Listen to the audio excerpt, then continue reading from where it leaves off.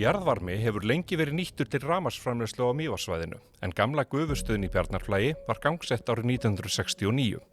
Fljótlega kom þau í ljós að hún annaði ekki eftirspurn. Tilraunaboranir á Kröflusvæði hófust 1974 og árið eftir var hafist handa við að byggja stöðvarhús og bora vinnsluholur. Allt virtist alltaf ganga eins og í sögu þegar náttúruöflin lét á sér kræla. Hér voru menn kannski komnir 4 mánuði inn í framkvæmdir við að byggja Kröflustöð þegar að byrjaði hreinlega að gjósa í leirhnjúk hérna rétt fyrir aftan okkur. Og næstu 9 árin gaus 9 sinnum, auk þess sem að kvika tróð sér inn í kvikuinnskot hérna bæði til norðurs og suðurs, opnaði sprungur og gjár og opnaði líka hverasvæði hérna út allt. Þrátt fyrir þessar truflanir var fyrri vélasamstæða stöðvarinnar gangsett í ágúst 1977. Kröflueldum lauk hins vegar ekki fyrir 7 árum síðar. Eftir 1984 hefur ástandið heldur róast og okkur hefur gengið bara alveg prýðilega að reka stöðina síðan þá. Orkuvinnslan á svæðinu hefur líka haft mikil og jákvæð áhrif á nærsamfélagið. Náttúrulega þegar að menn tóku það ákvörðun að fara að byggja hér upp og nýta auðlindir jarðvarmans, það hafði það náttúrulega gríðarleg áhrif á alla atvinnu uppbyggingu og sköpun á svæðinu, ekki síður öll fjölnýting sem hefur fylgt jarðvarmanum. Nú eru jarðböðin kannski eitt besta dæmi sem við höfum góða nýtingu á jarðhita, en svo hafa einnig fjölmörg sprota og nýsköpunarfyrirtæki sprottið hér upp sem að nýta afurðir og hliðarafurðir jarðvarmans. Svona fyrstu árin þá var ekki sama orkuþörf og í dag og var þá raunin bara keyrð önnur vélin til að byrja með. Síðan var farið í uppbyggingu á vél númer 2 og hún tekin í rekstur 1997. Nú eftir þann tíma höfum við verið meira og minna á fullu afli síðan þá. Yfir 40 borholur eru á Kröflusvæðinu og rúmlega helmingur þeirra tengdur Kröflustöð. Frá borholunum jarðhitavökvinn leiddur inn í skiljustöð þar sem vatn og óhreinindi eru skilin frá gufu í 2 þrepum. Gufan blandast inn í hverfli en þar eru hjól með mörgum blöðum sem snúa rafali og framleiða rafmagnið. Áfram heldur gufan inn í Eimsvala og þar hún þétt með köldu vatni.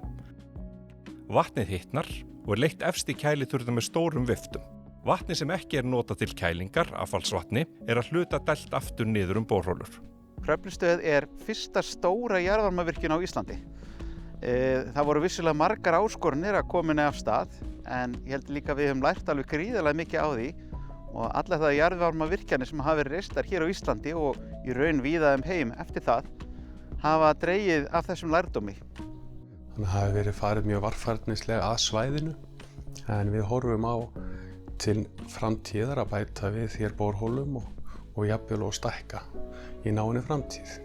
Landsvirkjun líka á meðal stofnenda verkefnisins Krafla Magma Testbed. En hugmyndin með því að stofna alþjóðlegt eldfjallarannsóknarsetur á Kröflusvæðinu. KMT-verkefnið var til þegar óvart var borað ofan í kviku á rúmlega 2 kílómetra dýpi árið 2009. Það að bora ofan í kvikuna reyndist fyrir okkur að við komumst ekki lengra. Jarðlögin bara hægt og sígandi eins og seigfljótandi síróp lögðust að borkrónunni og stoppuðu hana þannig að hún komst ekki lengra. En vökvinn sem kemur upp úr jarðlögunum bara rétt fyrir ofan þessa kviku heitur og alveg gríðarlega orkuríkur. Holan reyndist 10 sinnum öflugri en hefðbundnar vinnsluholur á svæðinu. Og í ljós kom nákvæm staðsetning á grunnstæðu kvikuhólfi sem einstakt á heimsvísu. Okkur sýnist að þarna sé má segja auðlind sem alveg gríðarlega spennandi að kanna hvort það sé hægt að nýta.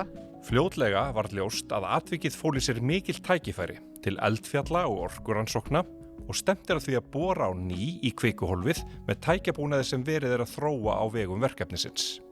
En líka þurfum við að finna út snjalla leið til þess að snúa þessum varma yfir í raforku sem nú megin tilgangur með starfsemin okkar hérna.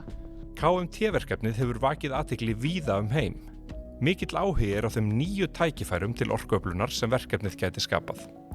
Íslendingar hafa nýtt jarðhitann frá því að land byggðist, en þessi miklu öfl sem leynast undir fótum okkar hafa skipt sköpum í uppbyggingu samfélagsins. Jarðhiti náttúrulega gjörbreytti bara stöðu íslensku þjóðarinnar og gerði okkur kleift að losa okkur undan olíukyndingu eða rafkyndingu hér að megninu til á Íslandi. Nú 90% af húshitun á Íslandi er með jarðhita og við höfum séð það hvernig lífsgæði á Íslandi voru knúin áfram af þeim umbótum og uppbyggingu á endurnýjanlegri orku og þar átti jarðhiti náttúrulega stóran part.